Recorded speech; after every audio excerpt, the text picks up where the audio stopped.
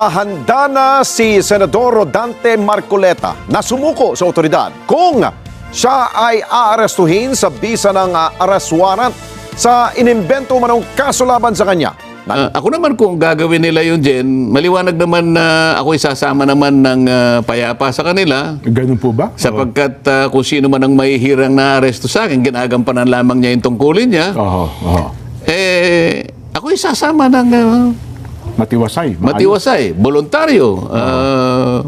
At bahala na ang batas kung paano isesettle lahat ang mga pangyayari ito. Pero mukhang mabigat yun, Sen, ano, sa pangyayaring yan. Kasi kung ganun po ang binabanggit nyo, well, ako personally, mukhang ang ating mga kababayan, parang hindi ata magiging katanggap-tanggap yung bagay na yun, Sen. Kasi batas is batas. Pagkatapos ganun ang gagawin sa inyo, mukhang parang... Lalo na kapag naliwanagan nila na ang kanilang ibinibintang sa akin ay yung pagkakaloob ng mga kaibigan ko ng pansarili nilang pagtulong sa akin. Opo. Pribadong pera nila na itinulong sa akin para makapangampanya ako.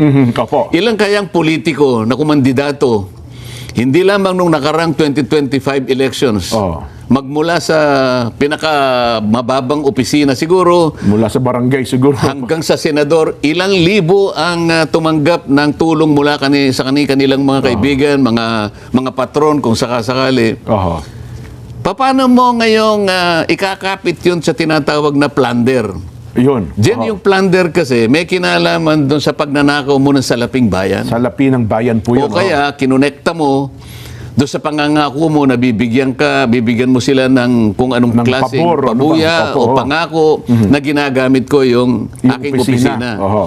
Pero sa panahon na yun, naipaliwanag ko, nung ako'y kumakandidato, bukod sa kalabang ko na yung liderato ng Congress nung panahon na yun, nasa number 31 pa ako sa survey. Totoo po. Sino ako para mangangako sa kung sino man ang gustong tumulong sa akin? Kung mangako man kayo, baka sabihin, niloloko mo ako, wag ko na mangako. Ang totoo niyan. Sabi ko sa kanila, wala naman akong may papangako sa inyo.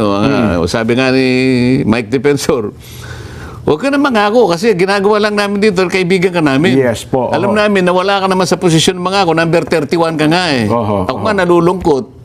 Kasi baka mamaya, hindi mo makaya na sa dami ng ipinagod mo, matatalo ka rin kasi number 31 ka eh. Pagdating naman sa Kongreso, tinanggal ako sa lahat ng aking committees, tinanggal ako sa CA, pati yung aking ibinibigay na tulong sa tao, yung AX, yung tupad, pati yung panggamot, inalis lahat sa akin. Kulang na lang, pati sweldo niya ata, alisin eh. Hindi naman pwede na alisin niya. Yung sweldo na lang ang natira sa akin, yung allowance, tinanggal din nila. Yes po. So, sino si Rodante Marcoleta na mangako na mag-commit na kapalit ng anuman ng may tutulong ninyo sa akin? Wala eh. So, yun ang kinakapit nila. Pribadong pera ay tinulong sa akin. Paano naging public? Paano naging plunder yun? Kahit mga taong karaniwan na hindi naman mga abogado, nagtataka, paano po kayo nadawit to sa pagnanakaw ng pera ng bayan? Ewan ko sa kanila. Pero mag-iimbento sila ng kahit anong iaakusa sa akin para lang maaresto nila ako at matigil na ng tuluyan yung pagdinig sa Blue Ribbon. Kasi maaring magdidinig sila. Kaya lang, membro pa ako dun eh. Kaya ayaw din nila siguro mag-participate ako kahit membro. Kung sakaling tatawag sila, nandun pa rin ako eh. Pero palagay ko, sa ngayon, dahil hawak na nila yung beat, talaga pong mapipinid na yung pinto ng pagdinig. Talaga pong yung issue ng pagnanakaw na yan, tuluyan na pong malilibing yan. Malilibing na po hanggang sa akala nila malilimutan ng taong bayan. Ewan ko lang, malilimutan ng taong bayan yan. Pero, Sen, gaano kaseryoso ito? Ano, ha? Kasi nung isang araw, napanood ko rin po kayo na nagbigay kayo ng pahayag ukol sa yung posibleng pag-arrest nyo. Pero, gaano sila kaseryoso? Ano hong nakikita nyong dahilan para talagang isakatuparan po itong pag-aresto sa inyo? Ang nakikita ko sa kanila, dahil alam nila na pagtama, ilalaban ko kahit saan kami makarating. Ay, opo. Ipinakita ko na, nung nakaraan, yung CA, sinabi ko, mali po ito sapagkat nakalabag po tayo sa isang batas na tayo pa rin ang gumawa. So nakikita na lang sa huling pagkakataon, kung ano yung tama, kung ano yung batas, pinipilit ko. Na ipaalam sa ating mga mamamayan. Ngayon, naharap tayo sa impeachment. Siguro iniisip nila, kapag kakasama na naman yan, Akala nila na naman, ako naman kasi, wala akong papanigan dito. Kung ano yung totoong nalalaman ko, kung ano yung batas nalalaman ko, palagi akong ganun consistent ako dun Siguro pati yun, ayaw nila. Well, kung nagawa po nila ito kay Senador Jinggoy, dalawa rin yung kaso sa inyo, indirect bribery at saka yung plunder. Indirect bribery, kasama raw yung PD 46, pero magpisang buo ito Anong ibig sabihin nun? Tumanggap daw ako ng gift.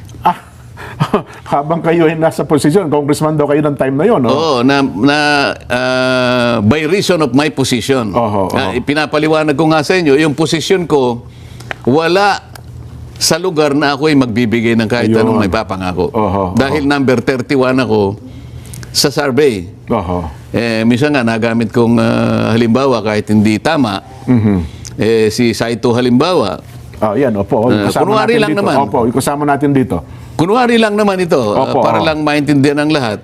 Simpleng paghalimbawa. Simpleng tao yan, pero alam niya na hindi sa tataya doon sa kabayo sa karera, kundihado yun. Ay, siyempre naman Tataya siya doon sa llamado. Di ako llamado, number 31 nga ako Kumbaga sa... kulelet na kulelet. Kumbaga sa takbuhan ng kabayo, number 31 ako. Sino ang nasa matinong isip ang tataya sa number 31? Tapos pinadala ako 22, tapos bumagsak ulit sa 23. Sa mga wala man lang ako sa Magic 12. Hanggang sa huling linggo ng kampanyahan noong time na yun, Sen, no? Number 22 pa rin ako. Sinong mag-aakala na mananalo? Sinong tataya sa akin? So, paano ko gagamitin yung posisyon ko? Yun ang pinipilit natin. Pero mag-iimbento sila. Nako. Yun na lang ang gagawin Yun pong indirect bribery ay bailable. Magkahiwalay ba ito ng korte sa Sandigan Bayan o sa ombudsman? Magkakasama yun ganun Maaring iniwalay nila, pero pareho lang ang magiging suma total niyan Dahil, sabi ko nga sa'yo, bakit pa ako magpipiyansa? Kinabukasan, meron din plunder.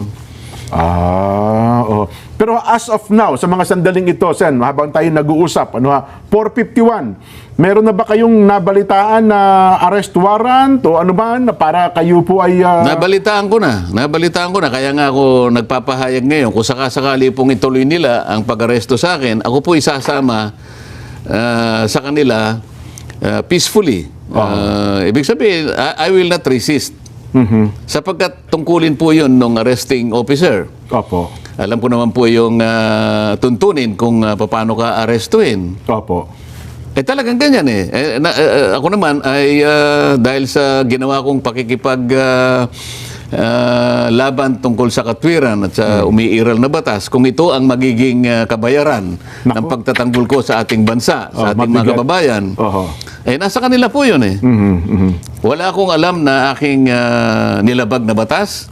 Yung pong kanilang mga asunto'y puro invento yun. Alam po ninyo, pinagdalhan ng mali-maleta. Pati po yung mga kasama ko sa Senado na dati namin kasama sa grupo namin, meron silang plunder na nauna na. Pero dahil sa pagsanib sa kanila, nawala na po siguro. Baka sila po ay hindi na asuntuhin. Mauuna pa po akong arestuhin. Doon sa mga kasama namin dati na nangako na magiging intact kami. Walang hiwalayan, walang maghuhudas. Sabi ni Pero Boying, napansin na ninyo kung sino po yung naghudas. Sabi ni Ombudsman Boying, yung mga naunang sabi pa, hinug na raw po ang kasong plunder para sa kanila. Nakita ko, unang-una, April 2026, nandun yung 5 kaso na nakalaan para kay Martin Romualdez. Isang plunder, isang indirect bribery, isang direct bribery, a violation of AMLAC, violation of RA 3019. 5. April 2026. Hindi ko lang alam ang date kay Joel Villanueva at saka kay Chis Escudero. Pero ako, invento lang. Walang kaugnayan po sa public funds. Wala po akong ninakaw. Ang tanging kasalanan ko lang po sa kanila. Sa kanila, hindi sa taong bayan. Ay yung pilitin ko po na ituloy ang pagdinig diyan sa flood control projects, anomaly na yan. At mapanagot. Kasi At mapanagot natin silang lahat. Mapanagot ang nasa likod talaga. Nasa sa kanila po yun.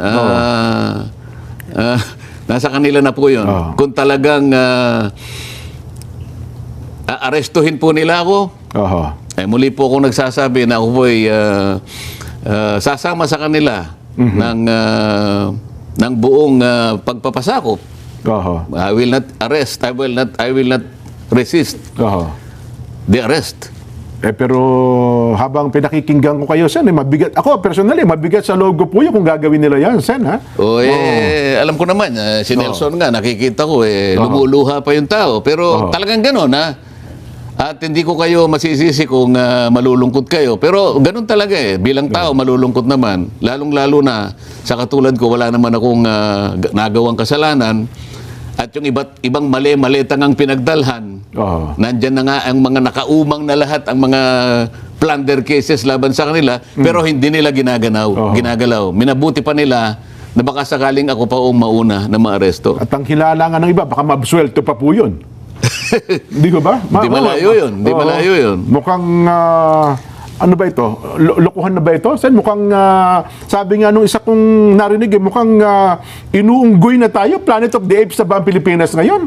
Hindi kasi, dahil nga siguro sa kinatatakutan nila yung multo na kanilang ginawa, pinagnakawan ang taong bayan, isip-isipo, nilimas nila ang salaping bayan na para sana sa serbisyo ng mamamayan. Pagkatapos, natakot sila sa multong ginawa nila, gusto nilang pagtakpan. Nako. So kung sino man ang magpapakabayani na yan na ituloy para sa ganon, makilala natin silang lahat, gagawa sila ng paraan para usigin ang tao na yan. Ako ngayon. So bakit kayo magtataka? Bakit kayo malulungkot? Dapat inasahan natin na gagawin nila sa akin yun. Ang dapat po siguro kayo ang pinagtatanggol nila, Sen, kasi kayo ang sumusunod at ipinagtatanggol nyo po ang batas. Yung nakakaalam ng katwiran. Halimbawa, yung mga pulis, yung mga sundalo na nakakakilala ng katwiran, alam nila yun. Kaya lang, yung mga tao na nasa likod ng pagnanakaw na ito, na ayaw nilang mabunyag ang kanilang pagkakakilanlan, ayaw nang makilala silang lahat, yan ang kinatatakutan nila. Kaya nangyari ang mga bagay na ito.